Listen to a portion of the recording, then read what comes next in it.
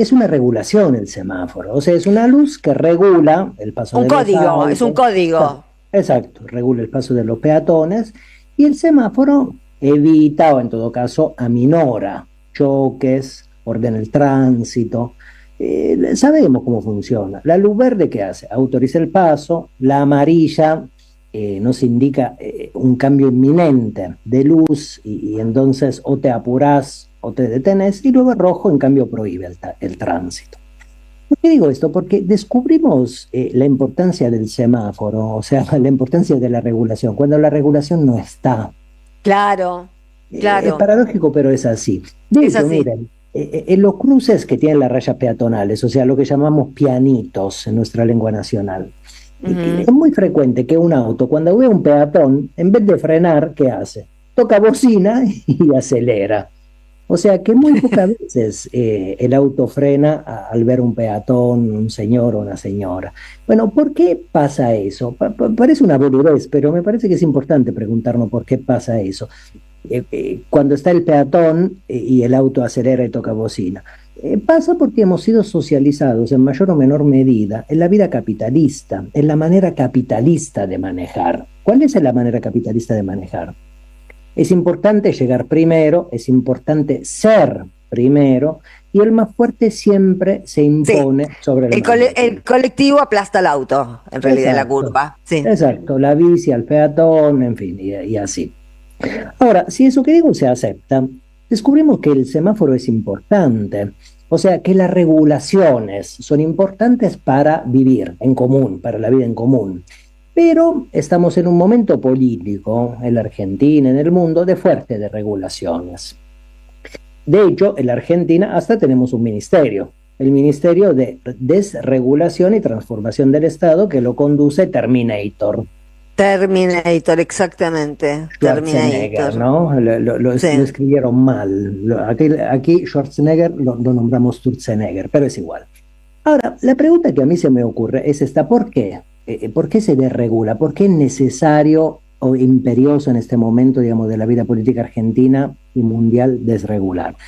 Digamos, yo llegué a una conclusión banal, pero al mismo tiempo una conclusión que me parece que debe ser dicha. Se desregula para beneficiar a los capitalistas, beneficiar a pocos y joder la vida de muchos, que son los trabajadores y las trabajadoras. Y quiero hablar un poco de la fase del capitalismo, de la fase que está atravesando el capitalismo. Yo creo que estamos en una fase, que el capitalismo está en una fase de plataformización. Quiero explicar un poquito esta palabra. La plataformización implica una acumulación a través del control de datos, una acumulación a través del control de los algoritmos, una acumulación también a través de la infraestructura digital, de la capacidad de la inteligencia artificial, una acumulación a través de la esclavización de la fuerza del trabajo, los laburantes y las laburantes que laburan con plataformas, y esa plataformización implica también la apropiación de los bienes naturales comunes, agua, litio, tierras raras, etcétera. Ahora, las plataformas, ¿qué controlan, Sandra? Controlan lo que podemos llamar la intermediación. O sea, las plataformas se ubican entre compradores y vendedores. Ujú. Estamos hablando básicamente del capitalismo de plataforma. Ahora, en el capitalismo de plataforma, un sujeto, voy a hacer un ejemplo, pero se pueden hacer miles de ejemplos al respecto. Un sujeto como Mercado Libre, como Galperin, para hablar de la Argentina, ¿quién es? Es el dueño. Es el dueño del mercado donde todos venden y todos compran. Ahora, ¿quién es ese Galperin? Galperin, cada vez que nos metemos en Mercado Libre, cobra por cada transacción, pero lo mismo hace Uber, lo mismo hace Airbnb, Amazon, Didi, etcétera. Pero volviendo a Galperin, digamos, como para identificarlo, porque tiene que ver con la Argentina, por más que ahora se haya ido de la Argentina Galperin. Sí, pero sigue Galperin, sin pagar impuestos. exactamente, se fue a Uruguay, y además Mercado Libre está situado en un paraíso fiscal que ni siquiera es Uruguay. Ahora, Galperin cobra por cada transacción, decide las reglas, conoce que se compra, sabe que se vende, o sea, conoce a cada cliente, sabe lo que compra cada cliente. Y además, ¿qué hace Galperin? Y además, ¿qué hace toda plataforma? Recopila los datos de los usuarios. ¿Y qué hace? Luego utiliza una inteligencia artificial para recomendar otros productos, para vender publicidad, etc. Ahora, de esto a mí, digamos, me surge una pregunta. ¿Qué es Mercado Libre? Es un monopolio. Y el capitalismo del siglo XXI está en una fuerte etapa monopólica. Ahora, el monopolio, básicamente, es la dominación de las multinacionales. De hecho, Mercado Libre, que es una cosa chiquitita respecto a otras plataformas, además de la Argentina, opera en 17 países de América Latina. O sea, Mercado Libre opera sobre todo el continente latinoamericano. Mira vos, Galperín. Sí. Ahora, ¿cuáles son las modalidades de la plataformización, o sea, del capitalismo de plataforma? La eliminación de las reglamentaciones, la desregulación, la flexibilización laboral, el desmantelamiento de los códigos de trabajo, la tercerización, la dislocación y luego, por último, la individualización del salario en función del algoritmo. O sea, si vos y yo, Sandra, hacemos el mismo laburo, el algoritmo define si yo tengo que ganar más que vos o vos. Seguro que va a decir que vos tenés que ganar más que yo, porque a mí siempre me toca ganar menos que los demás. No, porque yo soy hombre y el algoritmo seguramente tiene un sesgo patriarcal y machista. Cuando hay mujeres me toca ganar menos igual. Es muy probable. Llegó Carlitos, te digo, Rocco, por si... Sí, voy sintetizando. Sí. Ahora, la plataformización que quiere hacer Sandra, quiere imponer la desregulación en todos los sectores de la vida económica, en todos los sectores de la vida social y sobre todo en todos los sectores de la vida política. Y con esto termino. Ahora, esta dominación, ¿en qué desemboca? Desde mi punto de vista, si no me engaño, desemboca en la baja sistemática del costo laboral, pero desemboca sobre todo en la liquidación de las democracias, en la desestructuración, en la destructuración de la democracia, porque la democracia, ¿qué es? Es una regulación de la vida. Exacto. Es eso. Entonces, apuntan, claro. No apuntan solamente a desregular la fuerza de trabajo, el mercado laboral, sino a desestructurar la democracia. De hecho, la democracia hoy en día, me parece a mí que es reducida a un puro ritual, a un camuflaje verbal. Vos usaste esa palabra en el editorial, camuflaje.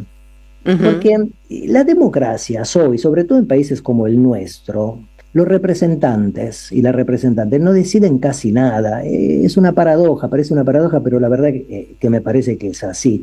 Porque todo se resuelve en los organismos financieros, en los organismos políticos, como el Fondo Monetario Internacional, por ejemplo. Y el Fondo Monetario Internacional, como todos los organismos financieros y políticos, ¿a quiénes rinden cuenta? A los mercados de plataformas, a los dueños como Galperin, a los 1000 millonarios, y rinden cuenta también a los políticos que integran una nueva clase social, que son esas aristocracias tecnofinancieras. Termino con esta idea. Es hora de recuperar el Estado para que el Estado labure al servicio de la clase trabajadora y que el Estado regule todo lo que deba ser regulado. Y esto lo digo en la semana del Día de la Independencia. Hasta ahí nomás. Buenas noches, Carlos. ¿Cómo va? Buenas noches, ¿cómo están? Hola, ¿cómo estás, Carlitos? ¿Qué tal? Bueno, miren, yo cada cosa que se me iba ocurriendo decir la terminó diciendo Rocco. No tengo mucho más para decir. Soy un jodido, perdón. Es un jodido, yo lo sé. No, al contrario, habla de la unidad de criterio, digamos, de que nosotros entre nosotros seguimos teniendo muchos puntos de contacto y eso es lo que nos hace fuertes. No, de verdad. No, yo creo que estamos hablando de una cosa muy esencial de la convivencia. Yo diría, supongamos que el mundo, que el género humano se termina, queda nada más que un puñadito de personas para reconstituir al género humano, y ahí vamos a encontrar, seguramente en una manera de vida muy rudimentaria, muy primitiva, vamos a encontrar un puñadito de personas, ¿no? A algunas les va a gustar contemplar la naturaleza, las estrellas, la inmensidad del mar. A otras les va a interesar salir a cazar animales para poder comer y para poder protegerse. Y a algunas les va a gustar y se van a inclinar por organizar esas actividades. Es decir, la autoridad pública, la necesidad de administrar los bienes comunes es tan esencial como la existencia misma del ser humano. Uh-huh. Que después haya ganado complejidad, sofisticación, no le quita, digamos, ese carácter esencial. Por eso aquellos que creen que se pueda organizar la convivencia sin Estado y sin regulación es imposible, es contradictorio con la naturaleza misma de la convivencia. La pregunta es, ¿quién administra y en nombre de qué intereses administra y de qué intereses regula? Porque al principio daba la impresión de que Rocco planteaba que estamos cayendo en un nivel de desregulación absoluta. Pero todo el segundo tramo de su exposición, lo que está planteando es que está regulando el algoritmo. No es que nadie regula. El problema es quién regula, en nombre de qué intereses regula y para qué objetivos regula. Entonces, cuando a vos te modelan absolutamente tus preferencias y te digitan tu pronunciamiento electoral como sociedad, quiere decir que hay un reemplazo de la soberanía popular por la soberanía del algoritmo. Y te regulan en nombre de qué intereses. Y bueno, ustedes recuerdan que Milei hizo campaña diciendo que iba a destruir el Banco Central. Sí. Y ahora acaba de enviar un proyecto para modificar la Carta Orgánica del Banco Central. ¿En qué sentido? En el sentido de que el Banco Central no puede acudir en auxilio del Tesoro Nacional, sino que tiene que reservar todos los dólares que ingresen en el país para el pago del endeudamiento. Eso es un mecanismo de regulación. Te está regulando el FMI. No es que Totalmente. No creamos que no hay regulación, porque es imposible convivir sin regulación. El problema es quién regula. Y por eso todo se va como ensamblando, ¿no? Hay un proyecto de poder muy acabado del otro lado. Porque el preacuerdo, termino con esto, el preacuerdo que firma la Argentina con los Estados Unidos bajo el título de un acuerdo de libertad de comercio, lo que trae aparejado es toda la legislación que vino después de homologación de todos los estándares digitales subordinados a la estructura digital que maneja Estados Unidos. Pero cuando digo Estados Unidos, digo Palantir, no digo el Estado de los Estados Unidos. Claro. No digo el Ministerio de Defensa. Palantir se apropió del Ministerio de Defensa de los Estados Unidos y se apropia del Ministerio de Defensa nuestro.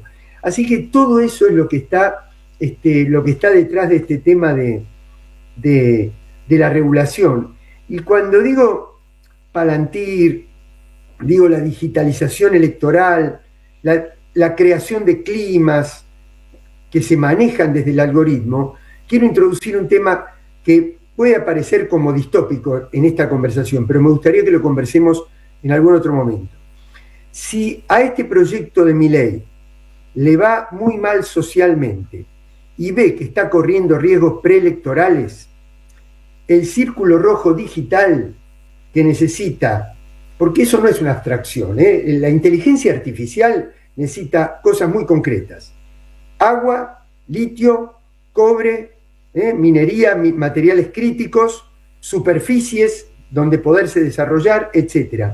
Y en ese sentido tiene importancia estratégica el Ártico y la Antártida. Cuidado que haya un golpe de efecto preelectoral utilizando un avance de la Argentina en la soberanía de Malvinas para poder consolidar este proyecto de la regulación en nombre de los algoritmos que gobiernan a los Estados Unidos y que intentan gobernar al resto de América Latina. Que haya un golpe de efecto, que digan, recuperamos soberanía porque hay un retiro de los británicos para entregar esa soberanía a todas estas maquinarias de regulación estratégica que maneja el gobierno de los Estados Unidos y que se está construyendo a través de estos pedacitos de leyes que se van todos los días consolidando para esa entrega estructural de nuestra capacidad autónoma de regulación. Yo les había propuesto, bueno, eso lo podemos armar para el próximo conversatorio, pero les había propuesto este tema porque cuando llegó el Terminator y empezó a hablar de la ley de hojarasca, que la vendió, y creo que mucha gente compró también ese discurso, en términos de menos trámites, más libertad. Y en realidad ahora no sabemos si el paquete de 1 kilo de yerba tiene 1 kilo, si los remedios que compramos contienen la droga que compramos, quién revisa que los neumáticos de un auto estén en condiciones, cómo se aplican las normas internacionales. Es decir, estamos en un mar de desorganización y de confusión sin regulaciones. ¿Me permitís, Sandra? Así sí. Después cualquier cosa le dejamos a Rocco el final. No, porque esto que vos decís, que me parece central también, creo que detrás de esto hay una habilidad, una de las tantas habilidades que ha tenido el proyecto Milei, que es detectar en las políticas estatales muchas fallas que nosotros cometimos, que nosotros permitimos, y entonces él se toma de esas fallas, las identifica con la institución. Es decir, voy a poner un ejemplo. Si vos tenés un programa de asistencia social y acordás con algunas organizaciones o con algunos movimientos sociales y tenés determinada cantidad de punteros que se quedan con la tarjeta de la gente e intermedian y le impiden recibir la totalidad del dinero que le corresponde para financiar a su propia organización, ahí hay una falla. Entonces, ¿qué hizo Milei? Se tomó de la falla no para corregir la falla, sino para destruir la política. Exacto. A ver, te pongo otro ejemplo. Yo creo en el control estatal, creo en la regulación, en la administración del comercio exterior y en el rol activo de la aduana. Pero si yo tengo un despachante de aduana que con su salario fue capaz de comprarse 4 autos importados, ahí hay un problema. Sí, y ese problema, ellos tuvieron la habilidad de atribuírnoslo a nosotros, porque durante nuestra gestión esos problemas sucedieron. Entonces yo lo que propongo es que nosotros tomemos estos problemas en el sentido inverso, pero no los desconozcamos, no los tapemos, no los escondamos debajo de la alfombra. ¿Por qué? Porque si nosotros los tomamos es necesario para corregir la falla, no para destruir la política. Cuando los toma la derecha, los toma para destruir la política, ¿no? Muy bien, muy buen concepto. Rocco, finalizamos, a ver. No, qué sé yo, firmar con 2 manos con lo que dice Carlos, la verdad, digamos. Es muy bueno ese concepto. Sí, claro, digamos, todos estos problemas son desafíos, deben ser desafíos para el campo nacional y popular, porque, digamos, los Milei de la vida, estos poderes que gobiernan parte conspicua del mundo, organizan una privatización generalizada de lo común, desmantelan los servicios públicos, qué sé yo, la mal llamada hidrovía en la Argentina, organizan la precarización extrema del trabajo, arrojan 1.000 millones de personas, hombres y mujeres, a una lumpenización porque son expulsados del proceso de producción y quieren desregular para la clase trabajadora y regular mucho para el capital, porque por ejemplo Palantir quieren que los datos de los argentinos y las argentinas sean de ellos, y de hecho suscribo lo que dice Carlos, y me parece que deberíamos hacer un pequeño ejercicio acá de aquí a 2 semanas, un ejercicio de imaginación que pueda organizarse tal vez alrededor de la pregunta: ¿qué está haciendo acá Peter Thiel y cómo va a incidir en las elecciones del año que viene? Sí, bueno, sí. Sobre todo con Petro ahora ratificando que tiene los datos de cómo se modificó el algoritmo en Estados Unidos a través de un software israelí. Exacto. ¿No? Porque tenemos este antecedente y no nos va a pasar algo demasiado diferente en la Argentina. Tienen mucha más... bueno, por algo, como decía Carlos, por algo cuando ganó Trump decía necesito Canadá. Ahora ya no habla de Canadá, porque viene la Antártida, ¿no? Exactamente. Sí, creo que Carlos estaba sugiriendo que el viejo eje horizontal de la globalización se está transformando de alguna manera en un eje vertical, ¿no? Del polo sur al polo norte.